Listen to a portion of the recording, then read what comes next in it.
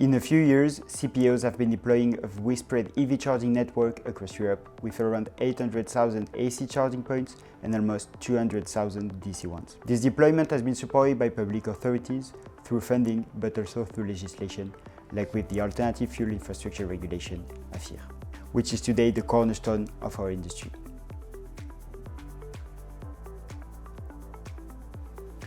Today's market is growing fast, but is facing the difficult paradox of anticipatory investments. Yes, charge points must be deployed to allow e-mobility to ramp up, but due to a slower penetration, the development of charging stations is at stake and needs to be secured. To build a robust European EV ecosystem, we cannot let this uncertainty prevail. That's why, with the upcoming review of AFIR, the platform of electromobility is calling for a targeted revision that focuses on 3 key objectives to bridge the gap between targets and reality. First, we must move from targets to effective deployment. We need to maintain and simplify funding, ensuring it extends to connections and urban nodes where it's needed most. We support retaining market-based targets that align infrastructure capacity with actual EV adoption.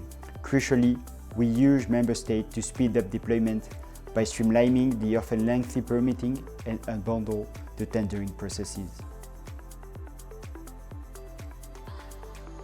Second, we need a truly European ecosystem. We must end fragmentation. This means harmonizing national access points to a European one as soon as possible. It also means creating a real single market for charging equipment and removing national barriers so that a station compliant in one country can be installed everywhere. It also means far-raising roaming protocols and open data protocols. Third, we must build a consumer-friendly ecosystem. Trust is everything. We advocate for balanced rules on price transparency that protect consumers, preserve commercial flexibility, and increase confidence. Regarding payments, we recommend keeping ad hoc payment terminals for chargers while retaining flexibility for slow chargers. Also, we believe that customers must be informed on prices and kilowatt-hour delivered through the same medium they have used to pay. In short, as the platform for electromobility, we call on policymakers to adopt a holistic approach on the targeted AFIR review.